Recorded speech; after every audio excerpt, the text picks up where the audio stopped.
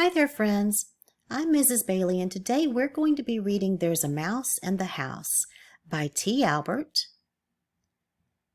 And T. Albert is the person who wrote the book. He's called an author, and it's illustrated by Ma Illustrations. An illustrator is someone who draws the pictures. It's published by Monkey Pen. A publisher is someone who puts the book out there so that everyone can enjoy it and read it. And Monkey Pen puts their books out there for free for all children to read.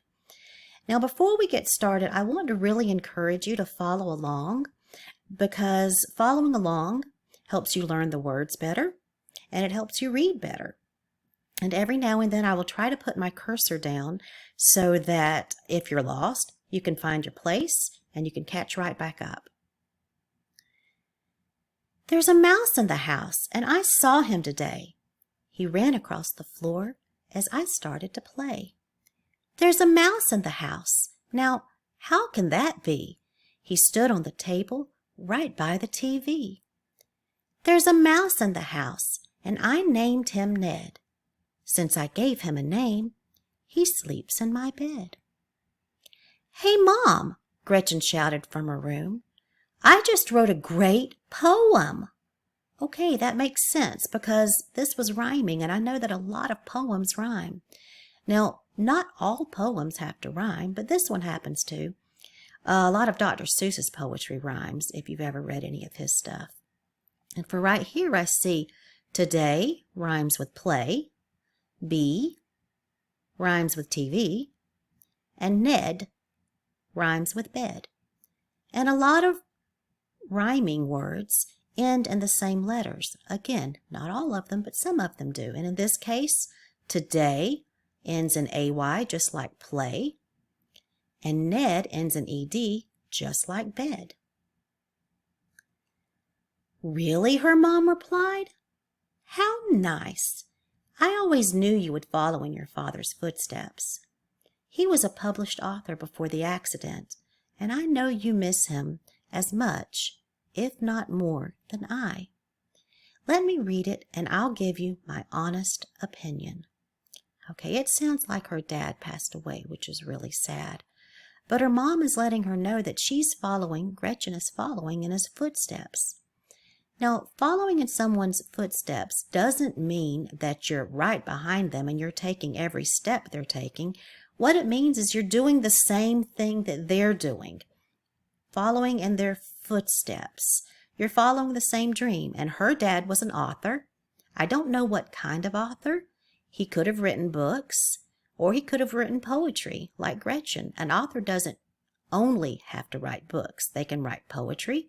They can write songs, they can write articles for magazines, they can write a lot of different things. So Gretchen's doing what he's doing.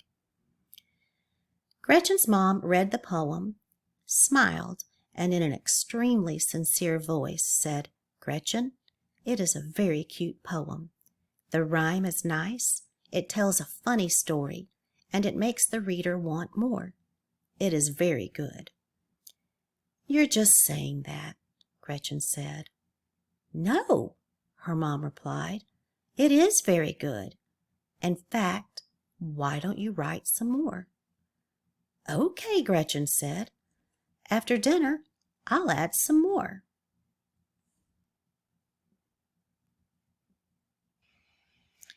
There's a mouse in the house, and I saw him today. He ran across the floor as I started to play. There's a mouse in the house.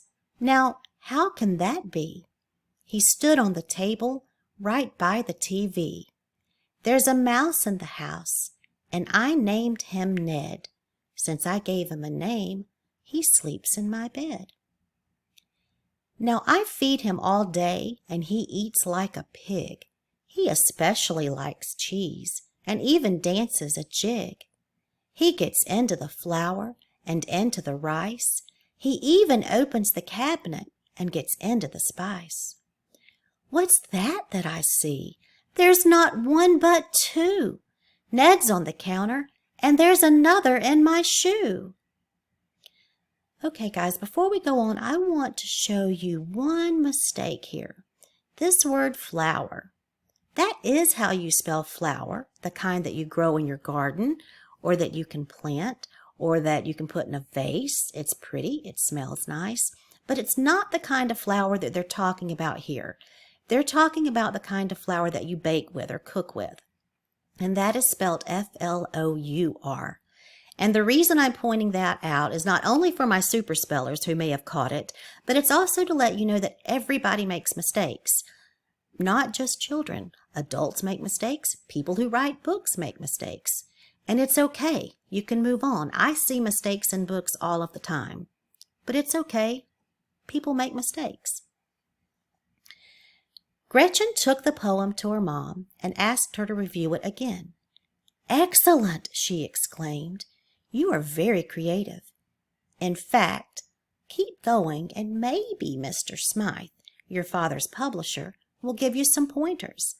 It couldn't hurt to submit it to him." Now this word right here, submit, what do you think that means? It means she's just going to give it to him. She's going to give it to him to let him see if he likes it, for his opinion. And an opinion is not a fact. Facts can be proven. Opinions are just what someone thinks about something. For instance, my son's favorite color is red. That's not my favorite color. My favorite color, believe it or not, is black, and I like really pale pink. So I like both of those colors, but I bet that might not be your favorite color. It's just an opinion of mine. It's not a fact. The next day after school, Gretchen finished her chores and went back to writing. "There's a mouse in the house, and I saw him today. He ran across the floor as I started to play. There's a mouse in the house. Now, how can that be? He stood on the table right by the TV. There's a mouse in the house, and I named him Ned. Since I gave him a name, he sleeps in my bed. Now I feed him all day, and he eats like a pig. He especially likes cheese and even dances a jig. He gets into the flour and into the rice. He even opens the cabinet and gets into the spice. What's that I see? There's not one but two. Ned's on the counter, and there's another in my shoe. There's Ned and his friend, but my, look at that. A little one, a bigger one, and one that is fat. It's a family of mice that are living with me. A family of mice.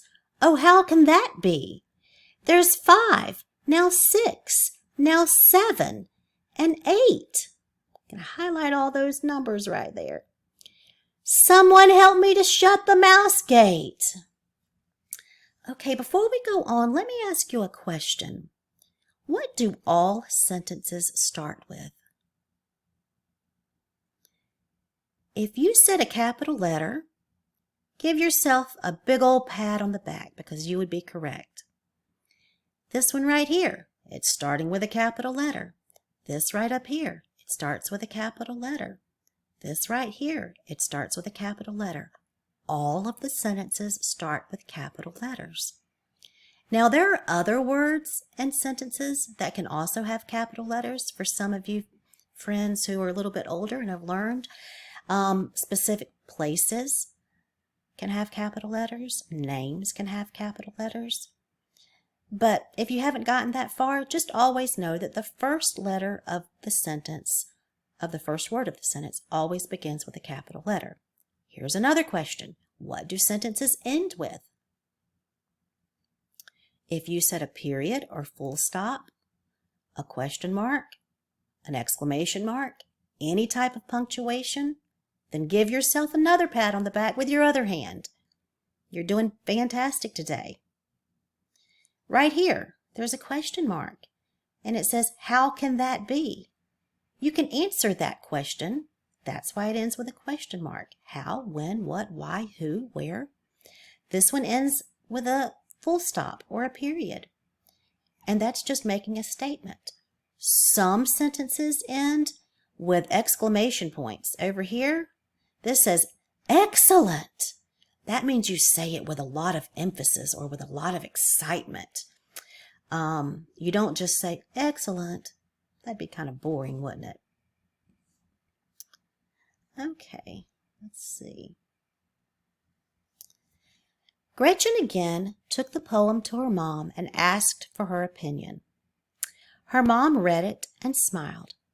It really is good, she said. Why don't you do one more stanza?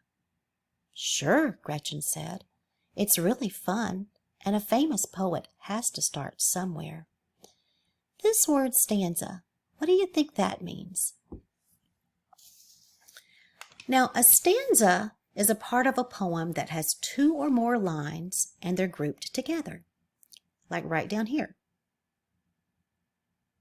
This is a stanza. There's 1, 2, 3, trying to get you to see my highlighter, 4, 5, 6. There are 6 lines and they're all grouped together.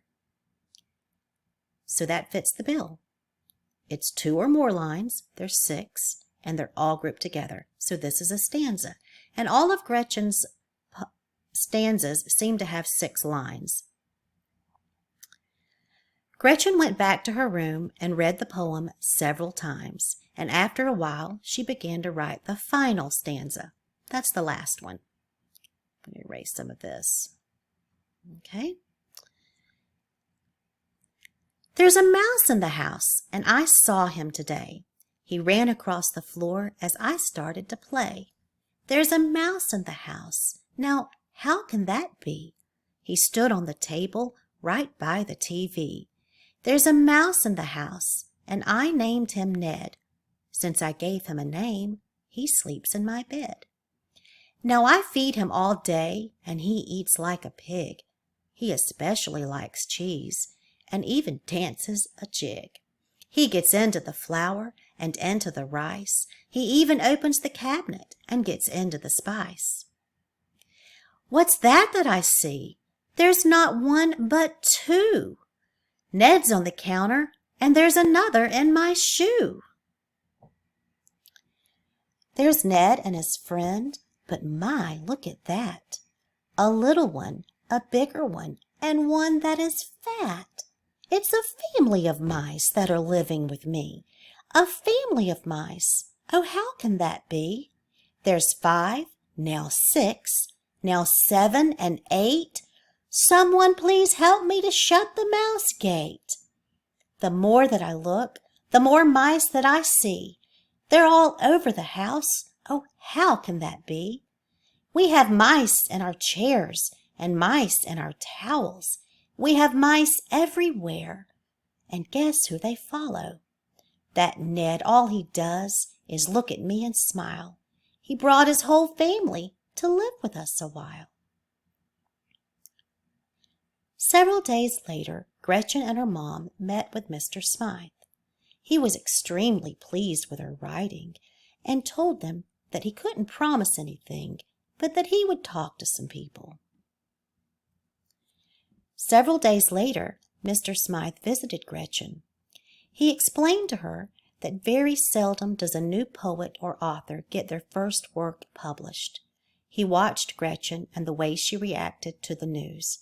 She looked at him and thanked him for all he had done. She was sad, but she understood. If she wanted to be a poet, she would have to do a lot of writing, and eventually she would be published. Mr. Smythe, Gretchen said, I hope you understand that this is just the beginning and that you can expect me to be submitting many more poems in the future. If you will excuse me, I am going to my room to do some more writing. Oh, by the way, my inspiration, Ned, is on your shoe. Come on, Ned. We have work to do. Okay, so that was a cute story. And what I learned from that story is that you should never give up, just like Gretchen is not going to give up. She didn't succeed at her first try, but she's still going to keep on trying. It doesn't matter what the task is, just keep trying. If you're learning to try your shoe, and it takes a long time. Just keep trying. You'll get it. If you're learning to play baseball or football or soccer or any type of sport, keep on trying. If you're learning to braid your hair, you're learning to read, you're learning to do anything, just keep on trying. You'll get it eventually. And the biggest thing is Gretchen didn't do it for nothing. She had fun, and she can use this poem. She can hang it on her wall, write it out, draw pictures, and hang it on her wall in a frame. She can read it to a younger sibling or a younger class. She can read it for show and tell. She can do anything with it. She had fun, and that's what counts. So guys, thank you for tuning in with me today, and I hope that you have a great day. Until next time, see you later. Bye-bye.